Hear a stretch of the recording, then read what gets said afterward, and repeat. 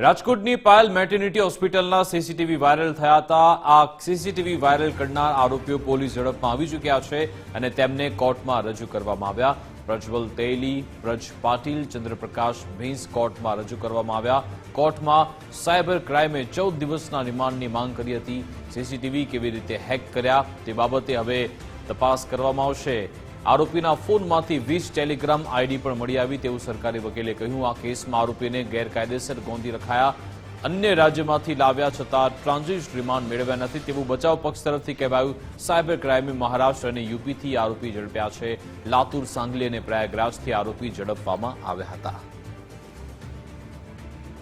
તો સીસીટીવી કેસના આરોપીઓ હવે પોલીસ ઝડપમાં આવી ચૂક્યા છે। કેટલાક યુપીથી ઝડપાયા, કેટલાક મહારાષ્ટ્રથી ઝડપાયા। હવે તેમને અહીંયા કોર્ટમાં લાવવામાં આવ્યા છે। જોકે સરકારી વકીલે કહ્યું છે કે તેમની પાસેથી અનેક ટેલિગ્રામ અને સોશિયલ મીડિયા એકાઉન્ટની આઈડી મળી આવી છે। તેઓ હવે કેવી રીતે આ નેટવર્ક ચલાવતા હતા તે બાબતે તપાસ થવી જરૂરી છે, એટલા માટે રિમાન્ડ જરૂરી છે। બચાવ પક્ષ તરફથી એવું કહેવામાં આવ્યું છે કે તેમને ગોંધી રાખવામાં આવ્યા હતા તેવો આક્ષેપ પણ થયો।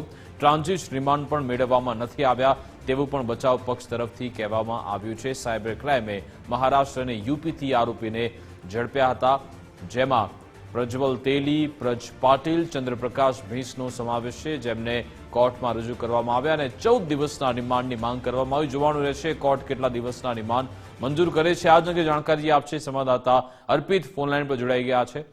જી અર્પિત, ખૂબ ચર્ચાસ્પદ કિસ્સો રહ્યો હતો અને 16મી તારીખે આખી બાબત સામે આવી હતી, જે મામલે ગુજરાત ફર્સ્ટે પણ જે આખું રેકેટ છે, આખું સ્કેન્ડલ છે એ બહાર લાવવાનો પ્રયાસ કર્યો હતો। અંતે આરોપી પકડાયા। 3 આરોપીની ધરપકડ પછી હવે મેટ્રો કોર્ટમાં રજૂ કરવામાં આવે છે, જ્યાં સરકારી વકીલ તરફથી દલીલ કરવામાં આવી છે કે એક મોટો અને ગંભીર પ્રકારનો કિસ્સો છે, માત્ર રાજકોટ કે અમદાવાદ પૂરતો નથી, હવે તો આખા ભારતભરમાં આ વિડીયો જોઈ શકાય એ પ્રકારની પરિસ્થિતિ ઉભી થઈ છે। એટલે આનો કોઈ વિસ્તાર સીમિત હોઈ શકે, ક્રાઇટેરિયા સીમિત ના હોઈ શકે એ પ્રકારની દલીલ કરવામાં આવી છે।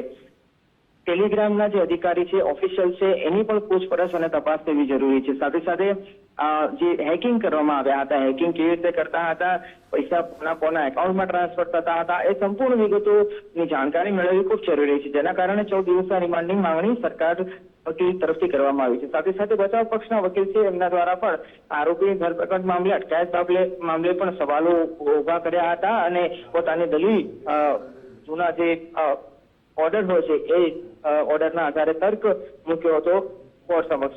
હવે આ જે મામલો છે એ મામલો 3 વાગ્યા સુધી ચુકાદો છે અનામત રાખવામાં આવ્યો છે, બની શકે છે 3 થી 4 વાગ્યા સુધીમાં આ મામલે હવે જે રિમાન્ડ કેટલા દિવસના મંજૂર થાય છે એ અંગે કોર્ટ ઓર્ડર કરી શકે છે। બિલકુલ, આભાર તમામ જાણકારી આપવા બદલ।